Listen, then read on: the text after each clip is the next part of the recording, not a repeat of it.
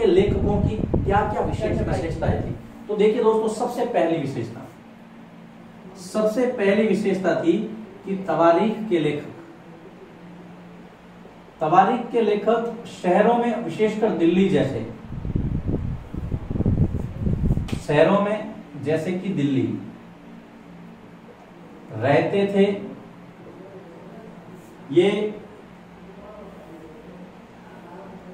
गांवों में न के बराबर थे। कहने का मतलब यह है कि ये शहर में रहने वाले थे, खास करके दिल्ली जैसे शहर जहां पर राजा या उसके दरबारी या सल्तनत का जमावड़ा था या सल्तनत का केंद्र बिंदु था। सबसे पहली विशेषता कि ये शहरों में रहते थे। दूसरी विशेषता, ये लेखन कार्य करते थे, इतिहास का लेखन तो राजा के लिए करते थे, शासक के लिए करते थे, और ये इतिहास लेखन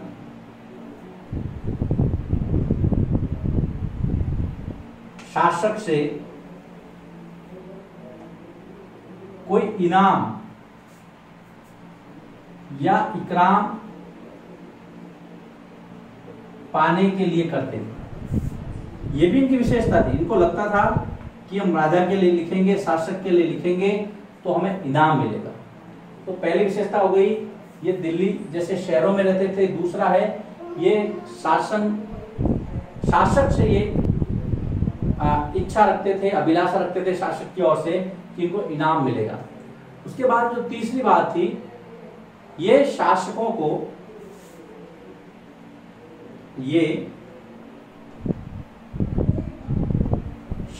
को लिंग भेद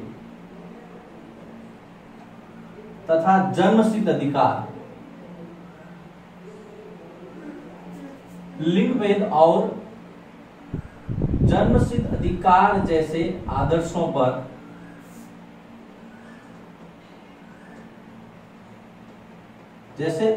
पर शासन चलाने की सलाह भी देते थे। अब लिंग भेद का मतलब है कि पुरुष स्त्री से श्रेष्ठ है, और इसी आदर्श पर रजिया सुल्तान को जो है अपने पद से हटाने में लोगों ने सफलता प्राप्त की थी। ये इतिहासकारों ने शासक वर्ग को ये बताया कि देखो, लिंग भेद, स्त्री कितनी भी शक्तिशाली क्यों ना हो, वो पुरुष से कम है। उसके बाद में जन्मसिद्ध अधिकार, जो अमीर वर्ग था, जो शक्तिशाली वर्ग था, उनको ये बताया गया कि आपको शासन करने का जन्म से अधिकार दिया गया है। तो मित्रों, बहुत सारी चीजें थी यहाँ पर।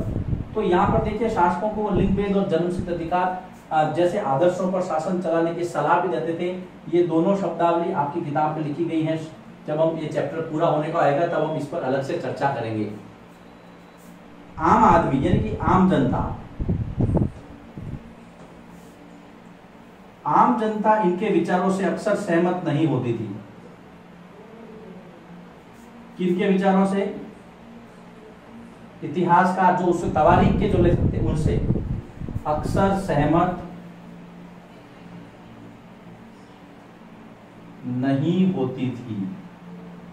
तो ये चार विशेषता आपको पता रखनी है इसके अंदर।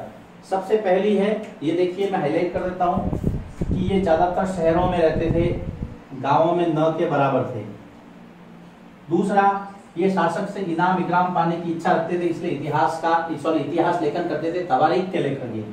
उसके बाद में इन्होंने देखिए लिंग भेद और जन्मसिद्ध अधिकार जैसी जो टर्म थी, जो अवधारणाएं थी, उसको लेकर के शासक वर्ग के बहुत नजदीक थे, उसको लेकर के शासन चलाने की सलाह देते थे। और आम आदमी अक्सर इनसे सहमत नहीं होता था, क्योंकि ये ज्यादातर राजा का पक्ष लेते थे। तो ये एक अच्छा प्रश्न आपके बन सकता है कि भाई तवारीख के लेखकों की क्या क्या विशेषताएं थी। अब जब ये तवारीख लिखते थे, जब पांडुलिपियां लिखते थे, कुछ भी जब लिखते थे, तो जिल्द कैसे तैयार करते थे, लिखने की जो सामग्री है उसके 4 चरण थे। उसको तैयार करने के चारों चरण को देखते हैं।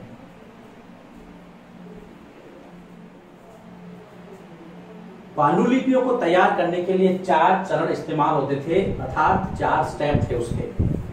सबसे पहले था कागज को तैयार करना। पहला चरण था कागज को तैयार करना, जो कच्चा माल था उसको कूट पीट करके कागज बनाना। कागज बना करके दूसरा था लेखन कार्य करना, राइटिंग, लिखना, उसको लिखने का काम करना। पहला कागज तैयार किया, दूसरा लेखन कार्य करना, उसके बाद में तीसरा जो चरण था इसका दोस्तों वो था महत्वपूर्ण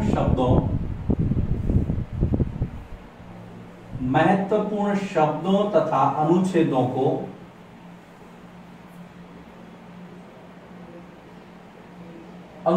को जिसको आप लोकल लैंग्वेज में हाईलाइट कह सकते हैं। जब हमने कहीं कोई चीज पढ़नी होती है, उस पर ध्यान देना होता है, तो हम उसको क्या करते हैं, किसी मार्कर से या जो भी आप विशेष प्रकार का जो रंग होता है उससे आप हाईलाइट करते हैं। तो यहाँ पर भी ऐसा ही था, उनको महत्वपूर्ण शब्दों और अनुच्छेदों को विशेषतः बताने के लिए सोने को पिघालकर, गोल्डन कलर, जी हाँ, सोने को पिघालकर मेल्टिंग फॉर्म में उसको गोल्ड को रखते थे, पिघालकर, और उसका प्रयोग उस अक्षरों के लिए करते थे जिससे कि वो सुनहरे हो और सबसे पहले नजर आए, पाठक की नजर उन पर पड़े, क्योंकि वो उनको हाईलाइट करना चाहते थे। और चौथा लास्ट में था उसका कवर अर्थात जिल्द तैयार करना। तो ये किसी भी पांडुलिपि को तैयार करने के 4 चरण थे। सबसे पहले कागज को तैयार करना, कच्चे माल से कागज बनाना, फिर उसके अंदर कुछ लिखना, जो भी आप लिखना चाहते हैं, फिर जो इंपॉर्टेंट वर्ड्स थे, पैराग्राफ्स थे, उसको आपको स्पेशल बताने के लिए, अटेंशन के लिए गोल्ड यानी कि सोने को पिघाल करके आपको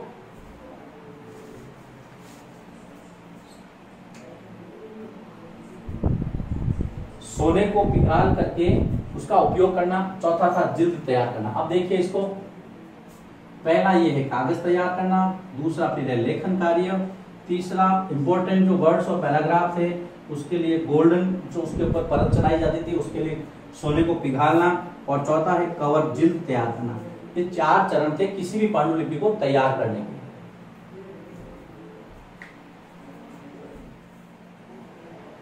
बहुत ही सरल अवधारणा है इसकी। देखो 13वीं शताब्दी के इतिहासकार, 13वीं सदी के इतिहासकार फ़.के. मुदब्बिर भारत की यात्रा पर थे, उन्होंने लिखा था, फ़.के. मुदब्बिर के अनुसार उन्होंने क्या कहा, उन्होंने कहा कि जो शासन व्यवस्था है वो न्याय चक्र के अनुसार चलनी चाहिए। अब न्याय चक्र कैसे है, तो उसके मैंने कुछ स्टेप्स बनाए हैं। सीधा सीधा प्रश्न है, न्याय चक्र से आप क्या समझते हैं, या जो प्रशासन में न्याय चक्र की क्या भूमिका थी, आपको सीधा सीधा आंसर इस बिंदुओं के तहत देना है। सबसे पहले देखिए, राजा कोई भी होता था वो अपनी सेना के दम पे सारे काम करता था। तो पहला बिंदु है, राजा का काम सैनिकों के बिना नहीं चल सकता था। राजा का कार्य सैनिकों के बिना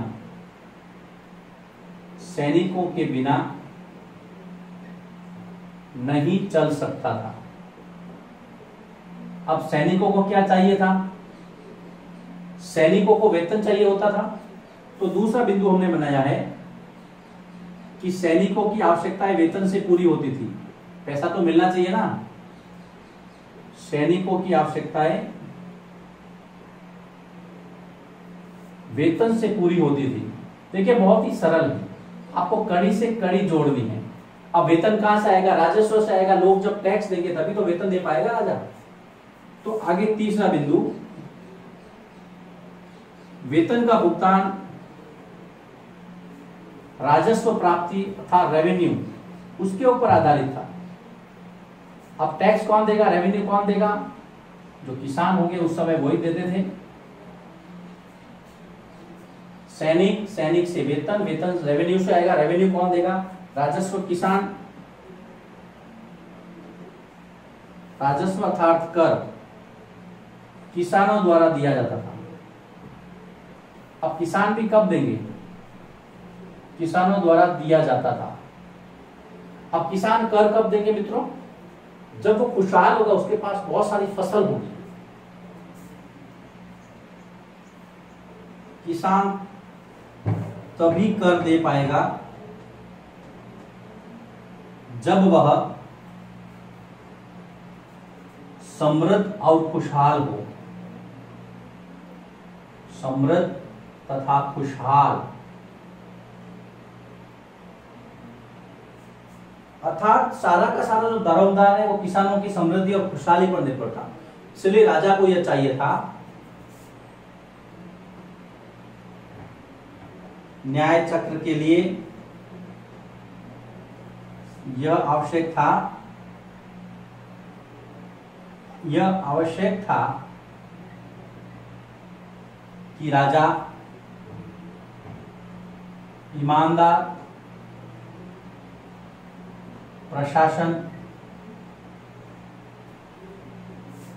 का संचालन करें। कहने का मतलब यह है कि राजा के पास प्रशासनिक अधिकारी ईमानदार होने चाहिए, कर सही समय से जमा हो, सही समय से जो कर है वो लोगों के कल्याण के लिए लगे।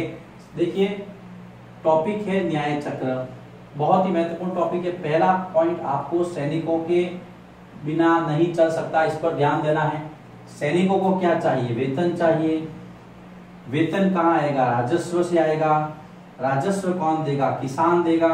किसान कब राजस्व देगा? जब वो समृद्ध और खुशहाल हो। इसका मतलब है राजा को अपने ईमानदार प्रशासन पर ध्यान देना चाहिए, उसका संचालन करना चाहिए, तभी जाकर के जो न्याय चक्र की अवधारणा है वो पूरी होगी।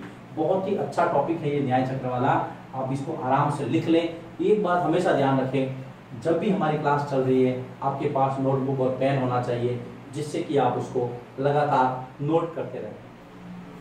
अब देखिए जो अगला टॉपिक है उसमें 3 रानियों 3 शासिकाओं का यहाँ पर तुलनात्मक अध्ययन किया गया है। तीनों का थोड़ा थोड़ा जिक्र है किताब के अंदर, तो मैं यहाँ पर उसका जिक्र करना चाहूंगा, क्योंकि हो सकता है एक आध प्रश्न मल्टीपल चॉइस क्वेश्चन में या 1 लाइन क्वेश्चन में निकल जाए, और सिलेबस में दिया है जिसको छोड़ना भी जरूरी नहीं समझता हूं मैं। वैसे कोई भी चीज छोड़नी नहीं चाहिए। सबसे पहले हम रानी दिद्दा की बात करते हैं, छोटी छोटी बातें हैं। रानी दिद्दा कार्यकाल है दोस्तों 980 से लगा करके 1003 ईस्वी तक।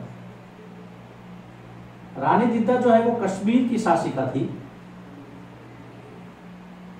कश्मीर की रहने वाली। कार्यकाल 980 से 1003 बहुत बड़ा कार्यकाल है, लगभग 23 वर्षों तक शासन किया है। ये मैं इसलिए बता रहा हूं क्योंकि यहाँ पर हमने एक मुस्लिम शासिका को भी पढ़ा है, तो अब हम तुलना करते हुए पढ़ेंगे। दिद्दा शब्द से दीदी नाम का एहसास होता है, और दीदी का मतलब होता है बड़ी बहन। अर्थात इतने लंबे समय तक शासन करने में जरूर यहाँ पर जनता का इन्होंने विश्वास जीता होगा। और ये जो टाइटल है दीदी, दीदी से बना है दिद्दा, ये बड़ी बहन, इस टाइटल ने यहाँ पर जनता के मन के अंदर एक ज्यादा विश्वास कायम कर लिया था, जगह बना ली थी, इसलिए इतना लंबा कार्यकाल हम इसका देख पाते हैं। छोटा सा प्रश्न आ सकता है, रानी दिद्दा कहाँ की शासिका थी? कश्मीर की शासिका थी, और यहाँ पर बड़ी बहन का जो टाइटल है वो इसको दिद्दा को दिया गया है। रानी रुद्रमा देवी, सबसे पहले कार्यकाल 1262 से लगा करके 1289 ईस्वी तक दोस्तों, ये भी लंबा कार्यकाल है। 72, 82 और 89 लगभग 27 वर्ष का कार्यकाल है। वारंगल की रानी थी, जो कि आधुनिक आंध्र प्रदेश का इलाका है। आधुनिक आंध्र प्रदेश, और इनका जो वंश था वो था काकतीय वंश। देखिए जितना सिलेबस में दिया है मैं उतना ही आपको बता रहा हूं, क्योंकि मैं ये समझता हूं कि कक्षा 7 का जो स्तर है और एनसीईआरटी ने जो तय किया है उसी के अकॉर्डिंग चलेंगे। यहाँ पर भी आप देखिए कि इतना बड़ा कार्यकाल है, तो यहाँ पर आपको ध्यान रखना है कि ये भी सफल शासिका थी। वंश ध्यान रखना है आपको, काकतीय वंश। इसे काकतीय वंश का संस्थापक बीटा प्रथम था, लेकिन यहाँ पर इसका जिक्र उचित नहीं समझता मैं। वारंगल ध्यान रखना है, आधुनिक आंध्र प्रदेश, कार्यकाल रानी रुद्रमा देवी। वारंगल की रानी थी काकतीय वंश। ये दिद्दा कश्मीर की शासिका। रजिया बेगम आप जानते ही हैं, इल्तुतमिश की पुत्री। इल्तुतमिश की पुत्री थी, पहली मुस्लिम महिला शासक हुई है। इसका कार्यकाल मैं पहले बता चुका हूं आपको, 1236 से 1240 ईस्वी तक। तो तीनों के बारे में आपको थोड़ी थोड़ी जानकारी पता रखनी है। यहां पर रजिया के बारे में जो मिन्हास ए सिराज कहते हैं, मिन्हास ए सिराज ने कहा कि रजिया बहुत योग्य थी, लेकिन उसकी एक ही अयोग्यता थी कि वो स्त्री होना उसके लिए अयोग्यता बना, है ना। स्त्री होना ही उसकी अयोग्यता थी, बाकी उसमें कोई दुर्गुण नहीं था, लेकिन वो अयोग्य क्यों थी? क्योंकि वो स्त्री थी। अब देखिए, स्त्री और पुरुष तो मनुष्य के हाथ में नहीं है, लेकिन उस समय आप देख सकते हैं कि लिंग भेद का मैंने कंसेप्ट बताया था आपको, अवधारणा बताई थी। स्त्री और पुरुष के बीच में भेदभाव करना, वो यहाँ पर हमें सिर्फ सीधा सीधा नजर आता है मिन्हाज से सिराज के इस कथन में। तो यहाँ पर हमें तीनों का थोड़ा सा तुलनात्मक दृष्टिकोण रखते हुए तीनों का अध्ययन, क्या जानकारी हासिल करनी है, इतना विस्तृत अध्ययन नहीं है। मैं सिलेबस के अकॉर्डिंग चल रहा हूँ। अब आने वाले वीडियो में हम इस दिल्ली के सुल्तान वाले चैप्टर का जो अगला टॉपिक दिया गया है उस पर चर्चा करेंगे।